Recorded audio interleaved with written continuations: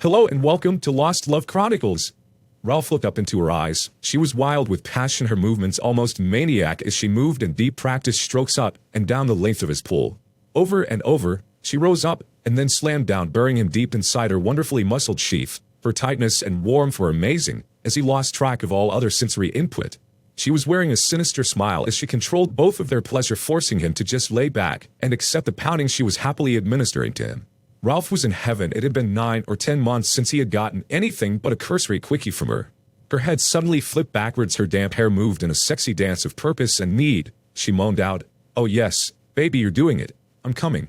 Her body flailing wildly from the convulsive spasms deep with her body, she hardly noticed when a few seconds later he pushes upward with all his might, burying himself deep inside of his wife as his body expelled the essence of life at the entrance to her will. Her body spit. Callista dropped onto Ralph and sighed, "My gosh, Ralphie, that was amazing. I mean, that was probably the best you have ever done for me. See, you can be an extremely good lover when you put your mind to it."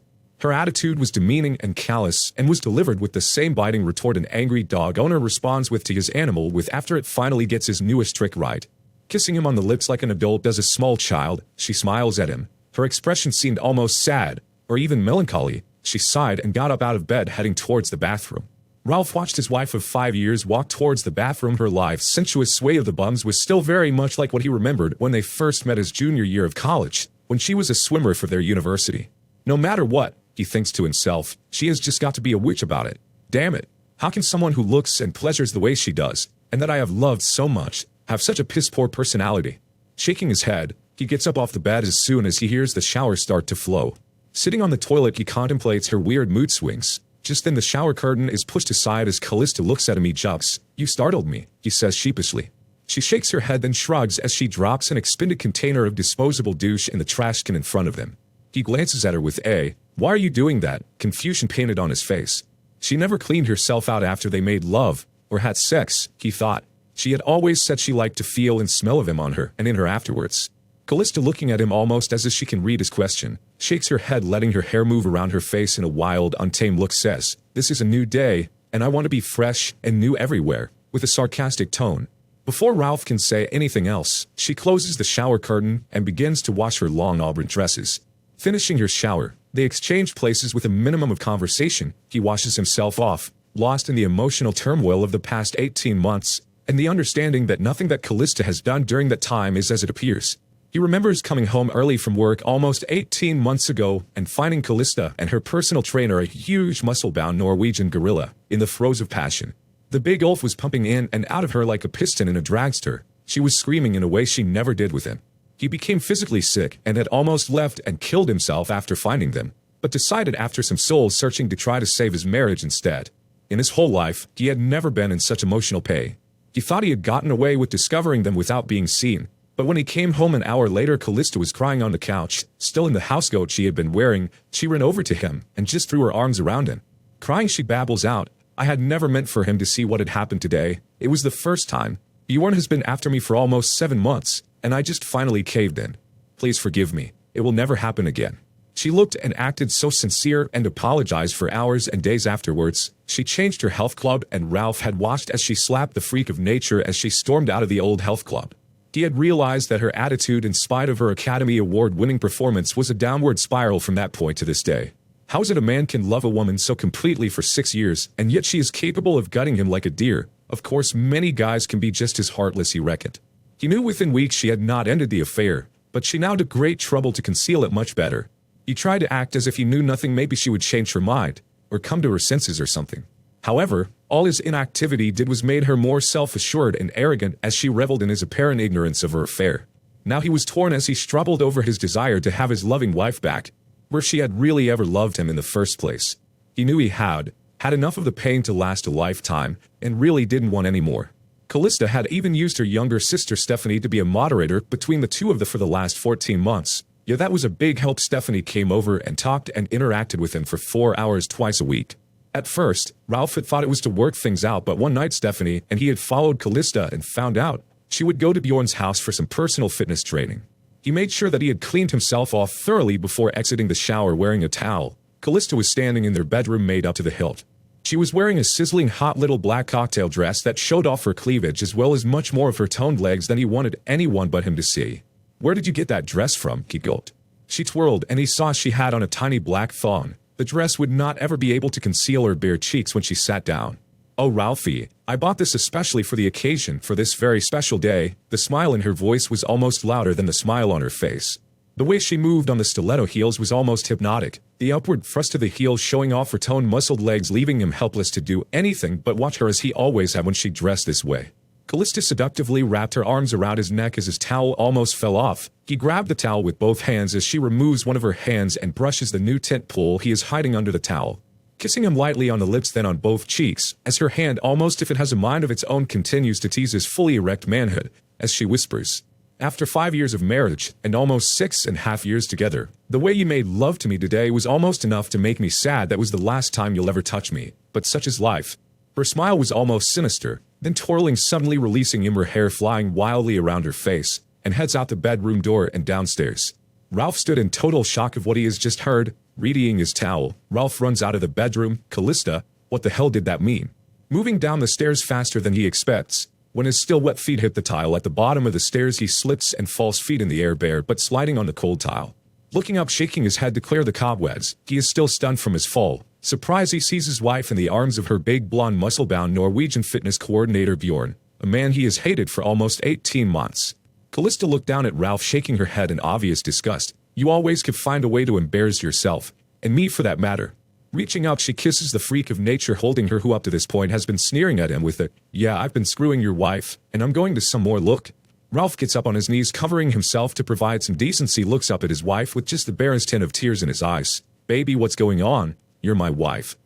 She breaks from Bjorn's grip and looks at her watch. Smiling, she says, "Not as of 5 minutes ago we aren't. I suppose I should say, guess what, dear? We're divorced." Bjorn reaches into his jacket and hands her an envelope. She walks over to Ralph with a purposeful, sensuous sway, then runs the envelope up and down both sides of his face. "What are you talking about? Baby, we're still married." Ralph asks in total confusion. "These are the final divorce papers you signed 10 weeks ago when you thought you were signing my company medical insurance forms. You remember I was giving you a B job at the time and swallowed your pitiful little load. You know, Ralph, when I swallow Bjorn, I lose half of it out the sides of my mouth." He pumps in about a quart. Ralph looked like he was going to be sick at that revelation. Handing him the envelope, he opens it and reads, "April 21st, 12 noon. Irreconcilable differences. Pay off $600,000 is acceptable. You, which you're taking the money I got from Mom and Dad's estate sale. How could you? Joint property, my now ex-husband. Joint property, you should have put it in a trust, then I couldn't have touched it. But hey, I left you with $400,000, so be happy. Now be a good boy and transfer it into this account." She handed him a piece of paper with a bank account on it. "You have 20 minutes or I get to have you arrested for violating a court order. It's on page 12. I had it placed in the document to ensure your cooperation." Ralph stared at the woman in front of him. A woman he thought until a few brief moments ago he knew. He tried to say something, anything, but in the end he looked at the paper in his hands, his shoulders slumping, signaling his defeat. Wearily he struggled to his feet and went to the phone to authorize the transfer of funds. As the bank put him on hold, she thought back over the last 18 months. She realized how important that this move was for her long-term well-being. She had made a discovery in junior high that she had a wonderful effect on guys, even older married guys. All she had to do was dress to show off her body, and she almost always got her way. She also knew it was necessary to be the leader of the pack, and she set out to be the coolest and most popular girl in school. By her sophomore year was the reigning queen at her high school until her graduation. She smiled as she remembered the way her algebra teacher had always made sure she sat in the front row to get upskirt shots. It probably didn't hurt that she always wore her panties tight and used a tanning salon to keep her skin at a perfect bronze tone. All through high school she was one of the women every guy wanted to date. Although she wouldn't let anyone have their way with her, she was always in control and always on the lookout for a better man, taking any guy she wanted at her whim. So many of those girls whose boyfriends she stole would get so hostile to her. But hey, she couldn't help it if she was hot, and the other girls weren't. Besides, those girls should be thankful that she showed them the flaws in their pitiful little boyfriends. They weren't very faithful after all. Then in early October of her senior year, a week after she turned 18, she got drunk at a friend's party. She had broken up with her boyfriend, and her friend's father had comforted her as she cried. He even carried her up to his bedroom since his wife was away with her sick mother and let her sleep. He made sure everyone else at the party was gone or passed out drunk and came back up to take care of her. She awoke sometime later nude on his bed, her body awash with pure passion, and Mr. Rabelais' face buried in her box as he pushed her towards probably the best orgasm she had ever had. 40 minutes later, he was pumping in and out of her swollen tinderbox for the second time that night, and she was involved with the father of her best friend. When he was done with her for the night, he helped her clean up and tucked her in bed next to his daughter. For the next 6 weeks, 2 to 3 times a week, Callista had allowed that man free access to her body as she learned how to make a man crazy. She became very talented in her newly developed oral ability and even swallowed. Her mentor taught her to screw in a myriad of positions. As soon as she had the schooling she needed, Callista had enough ammunition to blackmail the idiot since she managed to film 3 of their sessions and then cut him off. She was demanding he pay her for the trauma he had caused her, or else his wife, family, church, and employer would all find a tape in their possessions. So from December of her senior high school year until she married Ralph the September after she graduated college, he paid her $400 a month, a tidy sum of over $23,000 for 6 weeks of sex lessons. She remembered being a bit bitter over how her friend's dad had abused her, so she used the next 9 months before she left for college to use and abused guys in her high school. She also used her body as well as her new talents to destroy the girls who had not treated her with the proper respect, by taking their boyfriends and screwing them then sending them back to their old girlfriends. She even went so far as to take 3 boyfriends away from her pain-in-the-bum little sister Stephanie when she was home from college her freshman and sophomore years. My God. Her sister had moaned, cried, and complained as if her life had ended. Callista had explained to the twerp Callista was the queen bee and would take what she wanted from whomever she had wanted. The whole idea of her sister going to bed with her boyfriend crushed Stephanie, but she really had no recourse against her sister. Callista reasoned, wouldn't any high school guy rather have a 20-year-old college girl with a perfect face and body who puts out? Or a slightly overweight high school ice queen? I mean, be real, the guys loved how she made them turn to jello. In college, she had been introduced to better hung men with a good deal of stamina, and she also found out many professors, male and female, were willing to give out wonderful grades for a taste or use of her body. Her first 3 years were a delightful combination of control and pleasure, and she maintained a 3.8 grade point average and received numerous outstanding student scholarships. Then in December of her junior year, she and Ralph were introduced to each other by a mutual acquaintance from the swim team. Ralph was actually one of the trainers for the swim team. She had been less than impressed. That is until a few days later she had overheard him talking to some friends about his parents' health and that he was in line to receive a nice settlement from their estate in the next few years. Callista went to work immediately scheming and plotting, and quickly wrapped her love-starved little man around her finger. Of course, what he didn't know, and never found out, was that she was still doing her professors. One must keep up her grades, so she kept one of her studs available to take care of her needs. Girls need pampering, you know. When she got married, she really tried to stay faithful to Ralph, turning over a new leaf. She only played around a couple of times during her first 3 years, okay, 4 or 5 guys. Then 2 years ago, she had met Bjorn, and it took her almost 6 months to overcome his reluctance to get involved with a married woman. Of course, Ralph had spoiled the first time by coming home early. My lord, she had to cry and whine and act so repentant. She even had Bjorn fired from his health club to soothe Ralph's poor ego. To this day, she wondered why Ralph had not caught on that Bjorn was majority owner in the group of free health clubs. She was extremely careful from then on when she met with Bjorn, taking care to ensure her private lessons were always at different places and times, and she always had 2 or 3 people to give an alibi for her when she did. Ralph was so easy to play, you would just sit like a love-sick puppy and believe her simple responses when he questioned her about anything. She even talked her little sister into being an intermediary with Ralph, as the 2 of them had always gotten along well. Good lord, they were quite a pair. Callista figured Stephanie was 5 years younger in age and maturity, so Ralph was about her level. During the hottest portion of the affair, Callista had talked with Stephanie over issues that needed worked out with Ralph, so she could go talk to him and try to figure out how to make the perfect marriage better. These twice-weekly meetings with Ralph gave her free time to see her stud, while her honey was otherwise occupied. She had always made sure she had the money put back in a separate account. She needed to look good and keep up with the newest fashion changes. The one fight Ralph and she had repeatedly was her monthly clothing bill. Ralph felt she was spending money on clothes she didn't even wear. She wore them all right, just not around him. Men need to be enticed sometimes, even when you're willing to give yourself away. Callista always enjoyed the attention of good-looking men, and when she could pull their eyes from their dates, she knew she still had it. Ralph just had never figured out how much he had paid for her to get these men's attention, or in some cases, it's some of them to give her some very personal, intimate things they possessed. When the settlement on Ralph's parent estate finally came in, Callista was in heaven. The total was right at $1 million, and the doughhead didn't put any of it in trust, so it was considered joint property. She had contacted a less than morally upright lawyer that a girl Bjorn knew had recommended about a month after the settlement. In the end, she had to use some oral enticements on a number of occasions to get him to see things her way, something Bjorn never knew anything about. Nevertheless, in the end he had filed for divorce and a county two over from theirs using a phony address and a P.O. box number. When the papers arrived, she had signed for them, and that night fed her loving, trusting husband a lot of beer and a beach job while she had him sign some new medical papers from her part-time workplace. Once the ink dried, she set up her parting shot, which included the last sex and stunning so he would transfer the money without contacting his lawyer, which could be trouble. She knew she was less than 4 hours from sitting on a beach in Jamaica, with a drink in her hand and the sun beating down on her. It was going to be a great start to the rest of her life. Callista was brought back to reality with Ralph suddenly saying, "Yes, sir, I'm here," to the bank manager, as the man on the phone asked Ralph for his code to the accounts.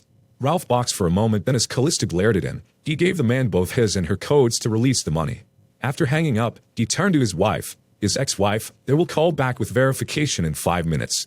Turning, he runs upstairs, tripping on the top step. Both of the antagonists snicker. He blushed but continued to the master bedroom. He returned after he changed out of his towel and into his shirt and warm-up pants.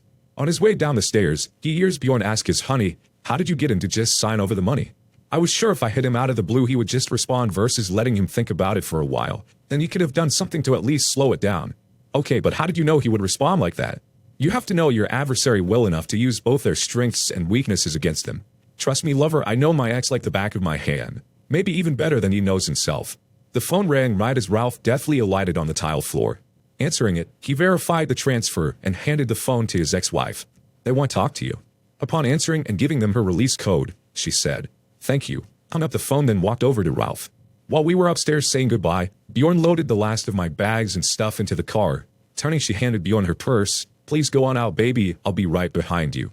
Facing Ralph, she put her arms around his neck and kissed him on his lips. Looking him directly in the eyes, she took her last shot at demoralizing him. "You're a good provider, friend, and can be a better than average lover.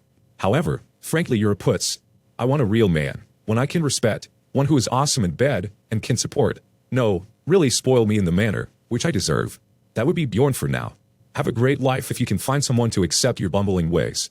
Turning like a queen leaving her court, she walked out of his house and her former life with a carefree strut.